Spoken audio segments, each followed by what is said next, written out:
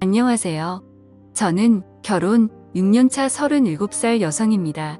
저는 결혼 6년이 다 되도록 아이가 없습니다.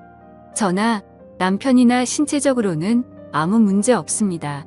그런데 우리 부부는 관계를 거의 하지 않습니다. 다른 집은 남편들이 밤에 잠을 못 자게 할 정도라는데 제 남편은 그렇지 않습니다. 신혼 초 1년 정도는 부부관계가 그럭저럭 있었습니다.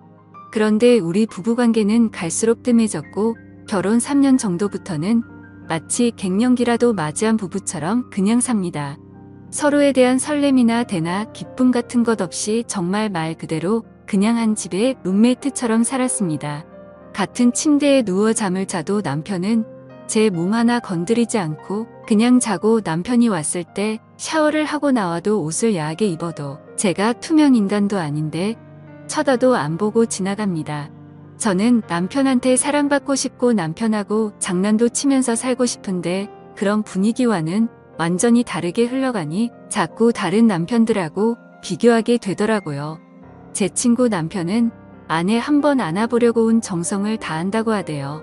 둘이 맞벌이를 하고 있으니 남편 이 옆에 오면 제 친구는 피곤하다면서 남편을 은근히 발로 밀어버리는데 그러면 그 남편은 끝까지 굴하지 않고 밤에 자기 아내 한 번 안아보고 싶어서 퇴근하고 와서 빨리 밥도 차리고 설거지도 하고 청소기도 싹 밀어놓고 당신 피곤하다고 할까봐 내가 열심히 했어 하면서 다리까지 주물러 준답니다. 그러면 친구는 그날 밤 성은을 잊게 해준다고요. 그렇게 남편이 성은을 잊고 나면 또 남편은 아내한테 온갖 충성을 다한다고 하더군요. 그러면 제 친구는 은근히 받아주고 그렇게 두 사람의 관계는 끈끈해져 갔고 아이도 셋이나 낳았습니다. 정말 부러웠습니다. 그런데 그 부러운 마음이 시간이 지날수록 제 마음에 파고 들어가 비수가 되어 가슴에 꽂혔습니다. 그리고 제 마음은 썩어 들어갔지요. 처음에는 부부관계에 크게 관심을 안 보이는 남편을 보고 내 남편은 왜 저럴까? 혹시 여자가 취향이 아닌가? 혹시 양성애자인가? 별별 생각을 다 했습니다. 제가 듣기로는 잠자리에 관심 없는 남자는 없고 남자는 숟가락들 힘만 있어도 잠자리를 하고 싶어 한다고 들었습니다. 그런데 제가 아는 제 남편은 그러지 않으나 처음에는 남편이 왜 그럴까 또 시작했다가 시간이 지날수록 나는 왜 그럴까리로 생각이 바뀌어 갔습니다. 나는 왜 남편이 자고 싶어 하지 않을까? 내가 무슨 문제가 있는 걸까? 점점 남편 앞에서조차 자신 없어지고 제 자신이 작아지는 것 같았습니다. 너무 비참했습니다. 하루는 자존심 다 버리고 남편한테 진지하게 물어봤습니다. 왜 잠자리를 안 하냐고? 내가 매력이 없냐고요. 그랬더니 남편은 자기는 여자하고 잠자리하는 별로 안 좋아한다고 했습니다. 어릴 때부터 아버지가 여자들하고 바람피는 모습 보고 자라서 그것만으로도 충분히 지긋지긋하다고요. 자기가 여자하고 그 짓을 하고 있으면 자기가 괜히 짐승이 된 것처럼 느껴진다고 했습니다. 시아버지가 새 여자를 데리고 집에 올 때마다 자기 눈에 아버지가 짐승처럼 보였다고 하더군요. 새 여자를 데리고 올 때마다 아니 그게 무슨 말이냐 시아버지가 여자를 여러 번 데려고 왔냐고 물었지요. 그랬더니 남편이 하는 말이 자기 친엄마 빼고 새엄마가 지금까지 4번이나 바뀌었다고 하더군요. 저는 그 소리 듣고 기절하는 줄 알았습니다. 지금 시어머니가 남편의 친엄마가 아니라 새엄마인 줄은 알고 있었습니다.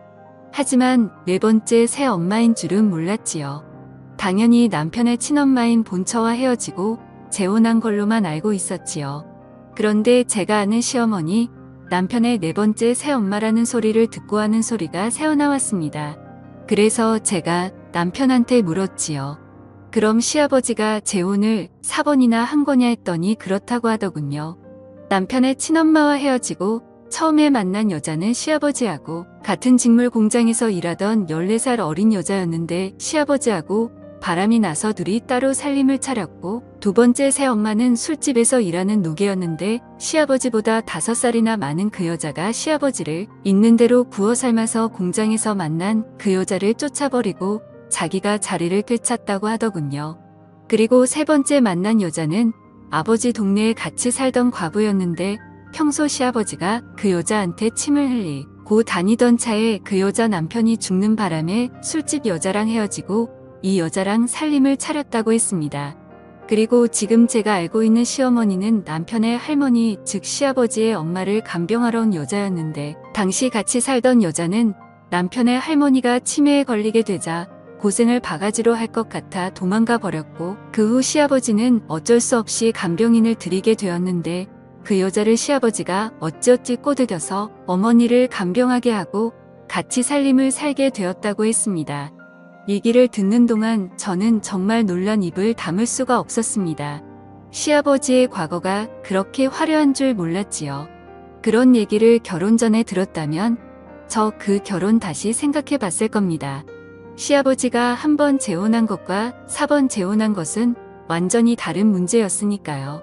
저는 남편한테 결혼 전에 그 말을 왜 하지 않았냐, 물으니 물어본 적 있냐고 하더군요.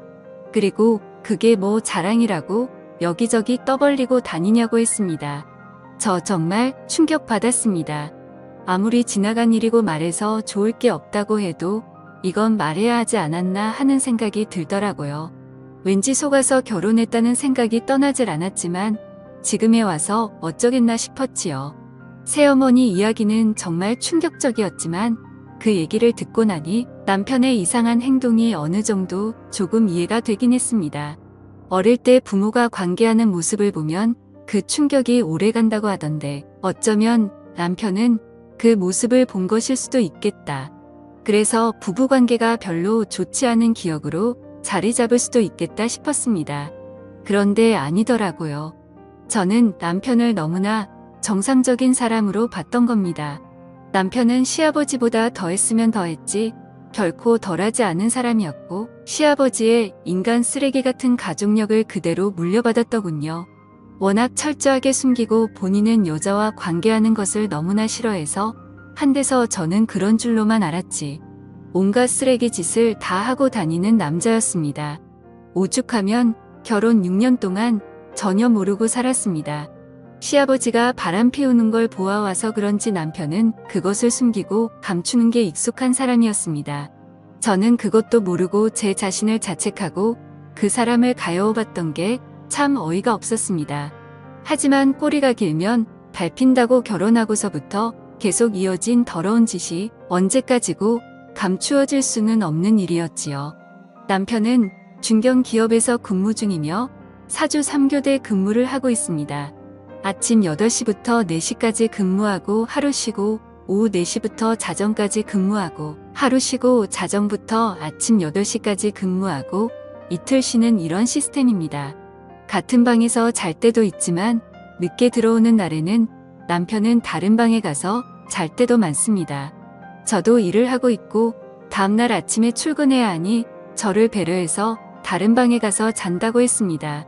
저는 괜찮다고 한 방에서 같이 잤으면 좋겠다고 여러 번 얘기했지만 알겠다고 말만 하고 자다 일어나 보면 남편은 다른 방에서 자고 있었습니다. 그럴 때면 왠지 모르게 외롭고 우울했지만 왜 내 옆에서 안 자냐고 마냥 했을 수만은 없는 일이었습니다. 그러던 어느 날 제가 독감이 지독하게 걸려서 열이 끓어오르고 회사도 못 가게 되었지요. 며칠 동안 밥만 겨우 챙겨 먹을 뿐 아무것도 할 수 없었습니다. 며칠 뒤 독감에서 나왔을 때 남편이 입을 옷이 없다면서 도대체 빨래를 언제 한 거냐고 툴툴거리더군요. 속옷도 갈아입을 게 없다고요. 그러고 보니 빨래를 거의 일주일째 못 돌리고 있었던 겁니다. 그래서 저는 오늘 하루만 그냥 나 가라고 내가 이제 좀 나아졌으며 빨래도 돌리고 하겠다고 했지요. 그날 빨래를 돌리고 빨래를 하나씩 널고 있는데 남편 속옷이 너무 많이 나오는 겁니다. 아무리 빨래가 밀렸다고 해도 이건 속옷을 적어도 하루에 한 개씩 이상 갈아입은 듯 했습니다. 회사에서 속옷을 갈아입을 일이 없을 텐데요. 평소에는 이틀에 한 번씩은 빨래를 돌리고 제 옷도 섞여 있으니 크게 눈치를 못 했는데 거의 남편 옷만 있는데 다 속옷이 수두룩하니 나오니 이상하더군요. 왜 이렇게 속옷을 많이 갈아입을까 싶었지요. 저는 그 다음부터 남편을 좀 유심히 보게 되더군요. 남편은 집에 들어오면 그 시각이 오밤중이건 아침이건 예의 없이 샤워부터 하고 옷은 세탁기에 넣었습니다. 남편 속옷을 살펴보니 앞부분에 뭔가 말라붙어서 딱딱하게 굳어 있었습니다. 모든 속옷이 다 그런 건 아니고 3개 중에 1개 정도 뭔가 묻어서 딱딱한 게 굳어 있더군요. 소변은 아무리 말라도 이렇게 딱딱하게 굳지는 않으니까요. 잠자리하는 것도 좋아하지 않는다는 남편이 속옷 3개에 하나꼴로 속옷을 더럽혀오는 것이 너무나 이상했습니다. 제가 남자의 신체 구조에 대해서는 잘 모르지만 남편은 적어도 2에서 3일에 한 번씩은 뭔가에 흥분을 느낀다는 얘기였습니다. 저는 느낌이 너무 안 좋았습니다. 분명 뭔가 있다는 생각이 들더군요. 남편에게 말해봐야 피곤하니 그만해라 또 시작이다. 제발 나 좀 가만히 놔둬라 할 게 뻔했습니다. 제가 진지하게 얘기 좀 하려고 하면 남편은 늘 그랬습니다. 그래서 대화가 이어지지 않고 그 대화는 항상 답답하게 아무 말도 듣지 못하고 끝이 나거나 제가 얘기를 계속 이어가려고 하면 싸움이 되어 끝이 났지요. 저렇게 얘기를 피하는 이유, 저와 잠자리를 하지 않는 이유, 그리고 속옷이 더럽혀져 오는 이유 모두 같은 이유가 아닐까라는 생각이 뒤늦게서 들더군요. 틈틈이 남편의 가방, 외투, 그리고 차를 살펴보았습니다. 안녕하세요. 저는 결혼 6년 전입니다. 가방과 외투에서는 아무것도 발견하지 못했고 남편의 차 운전석 아래에서 작은 손가방을 하나 발견했는데 그 손가방 안에서 먹는 약과 큐브 연고 같은 것이 있었습니다. 하나는 비아그라였고 그나는 뭔지 몰라서 인터넷으로 찾아봤습니다. 그것은 이름은 처음 들어보는 것이었는데 설명서를 읽어보니 한마디로 바르는 비아그라더군요. 뒤통수를 3개 맞은 듯 정신이 혼미하고 온몸에 맥이 탁 풀렸습니다. 내 앞에서는 매일 피곤하고 관계하는 것을 안 좋아하고 그런 게 밝혀지면 자신이 짐승 같다고 한 사람이 먹고 바르면서 도대체 어디서 무슨 짓을 하고 다녔던 건지, 지금까지 내가 봐온 사람은 누군지, 이 사람 도대체 어떤 사람인지 몽 한 가지 생각으로 머리가 터져버릴 것 같았습니다. 저는 남편이 납근무를 하고 들어온 나른근히 다가가 봤습니다. 남편의 반응은 똑같았습니다. 피곤하다. 나 이런 거 별로 좋아하지 않는다. 정말 그 입을 막아버리고 싶었습니다. 피곤하고 좋아하지 않는 사람이 먹고 바르고 뭐 했을까요? 미친 인간 쓰레기. 저도 모르게 욕이 절로 나왔습니다. 미친 인간 먹고 바르면서 뭘 하는지 확인 한번 해보고 싶더군요. 더러운 짓을 하고 다녔다면 분명 어딘가에 그 증거가 있을 거라 생각했죠. 저렇게 지 마음을 숨기 자기가 한 더러운 짓도 분명 어디 꽁꽁 숨겨뒀을 겁니다. 저는 서두르지 않고 하나씩 남편의 모든 것을 뒤졌습니다. 남편의 휴대폰은 열 수 없었고 남편의 컴퓨터는 확인할 수 있었습니다. 저는 C드라이브에 폴더를 몇 날 며칠 동안 하나하나 다 열어봤습니다. 그 중에 업무보고라는 폴더가 있었는데 그 폴더에는 남편의 오랜 일기가 들어있었습니다. 그 일기는 다름 아닌 남편이 더러운 업소를 드나들면서 그곳에 대한 기록과 자신의 느낌을 적어놓은 것인데 결혼하기 전부터 쓰기 시작했던 것이었습니다. 그 일기가 얼마나 적나라하고 생생하게 기록해두었는지 가보지 않아도 그곳의 분위기가 그대로 느껴질 정도였습니다. 일명 업소 출입 일기였단 거죠. 남편이 그렇게 쓴 업소 출입 일기는 키스방뿐만이 아니었습니다. 쇼방, 유리방, 안마방, 허그방, 귀청소 방, 심지어 인형방도 갔더군요. 한글 문서 한 페이지에 하루의 일기가 적혀 있었고 지금까지 쓴 업소 일기는 152페이지였습니다. 그날 아가씨와 사진 찍는 것이 가능했던 날에는 사진도 함께 첨부되어 있었습니다. 정말 엄청나더군요. 그간 남편이 왜 집에서 부부 관계를 하지 않았는지, 왜 그렇게 집에만 들어오면 피곤했는지 모든 이유들을 알겠더군요. 남편은 결혼 전부터 계속 꾸준히 업소를 다녔습니다. 마치 세상의 모든 유흥업소를 탐방해보겠다는 생각인 듯 했습니다. 지금까지 이런 사람인 줄도 모르고 마음을 주고 정성을 들이고 혼자 상처받고 했던 시간들이 너무나 아깝고 억울해 미칠 지경이었습니다. 남편은 비정상적인 관계를 추구하는 업소 중독자였습니다. 내 남편이 내가 애를 태우고 사랑을 갈구했던 사람이 이런 사람인 줄 꿈에도 몰랐습니다. 이 남자는 저한테만 의욕이 없었지. 직장도 번듯했고 사람들하고 관계도 나쁘지 않았으며 저와 결혼하기 전에 부모님께 대하는 예절이며 저에 대한 매너도 좋은 사람이었습니다. 폭력적이지도 않았고 말을 거칠게 하는 사람도 아니었습니다. 우리 밤의 부부관계만 잘 진행되었다면 저는 너무나 괜찮은 남자와 결혼했다고 생각할 뻔했습니다. 그런데 이런 이상한 사람이었다니 정말 끔찍했고 한시도 저는 이 사람과 한 집에 있고 싶은 마음이 없었습니다. 그리고 너무나 다행이고 감사한 건 우리 사이에 아이가 없다는 것이었습니다. 만약에 아이가 있었다면 시아버지와 남편에 이어 아이까지 어떻게 변했을까 생각만 해도 심장이 벌렁거렸습니다. 남편에게 크게 잊지도 않은 점까지 뚝 떨어져 버렸습니다. 저는 남편이 오기 전에 컴퓨터에 있는 업소 일기를 다 제 메일로 옮겼고 그 집에 있는 저의 모든 짐을 챙겨서 친정으로 와버렸습니다. 그리고 저는 이혼하자는 문자 한마디만 남기고 남편과 연락될 수 있는 모든 것을 차단시켜버렸습니다. 그리고 제가 가지고 있던 모든 자료를 인쇄해서 시댁에 한부, 남편의 누나 집에 한부를 보냈고 그리고 남편 앞으로 남편의 회사 주소를 적어 한부를 보냈습니다. 제가 보낸 우편물이 도착하고 다음날 남편은 제가 있는 친정으로 찾아왔더군요. 얘기 좀 하자고 했습니다. 부모님은 얘기할 것도 없다며 이대로 둘이 갈라서라고 이런 사람 1분 1초라도 더 만날 필요 없다고 하셨지요. 저는 그래도 마지막으로 얘기는 해야겠다 싶어서 그 사람을 데리고 따로 나왔습니다. 친정 근처 공원에서 만났는데 그 남자는 자기가 미안하다, 잘못했다고 하더군요. 앞으로 업소를 끊고 잘 살아보겠다고요. 바보 천치가 아니고서야 그 말을 누가 믿나요? 그 말은 못 들은 걸로 무시하고 제가 물었습니다. 나랑 결혼은 왜 했어? 진심 궁금해서 물은 것이었습니다. 그런데 남편은 뭐라고 말도 못하고 가만히 있더군요.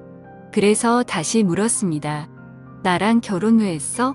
내가 보니 딱히 나를 좋아한 것 같지도 않고 어차피 성적인 욕구도 밖에서 풀고 들어오고 결혼 같은 게 해봐야 옆에서 걸리적거리기만 할 텐데 나랑 못하러 결혼했냐고 물었더니 남편이 한다는 소리는 정말 저를 뒷목 잡게 했습니다. 결혼 안 하고 있으면 이상해 보일까봐라고 하더군요. 정말 저 순간 빡 돌아서 인간 저 세상으로 보내고 싶었지만 차마 그렇게 하지는 못하며 저는 벗고 있던 운동화를 집어들었습니다. 나 지금 너랑 결혼해서 6년간 살면서 내가 부족했나, 내가 잘못했나, 내가 매력이 없어서 그러나 나는 왜 사랑받지 못할까? 하루도 마음 편한 날 없었어.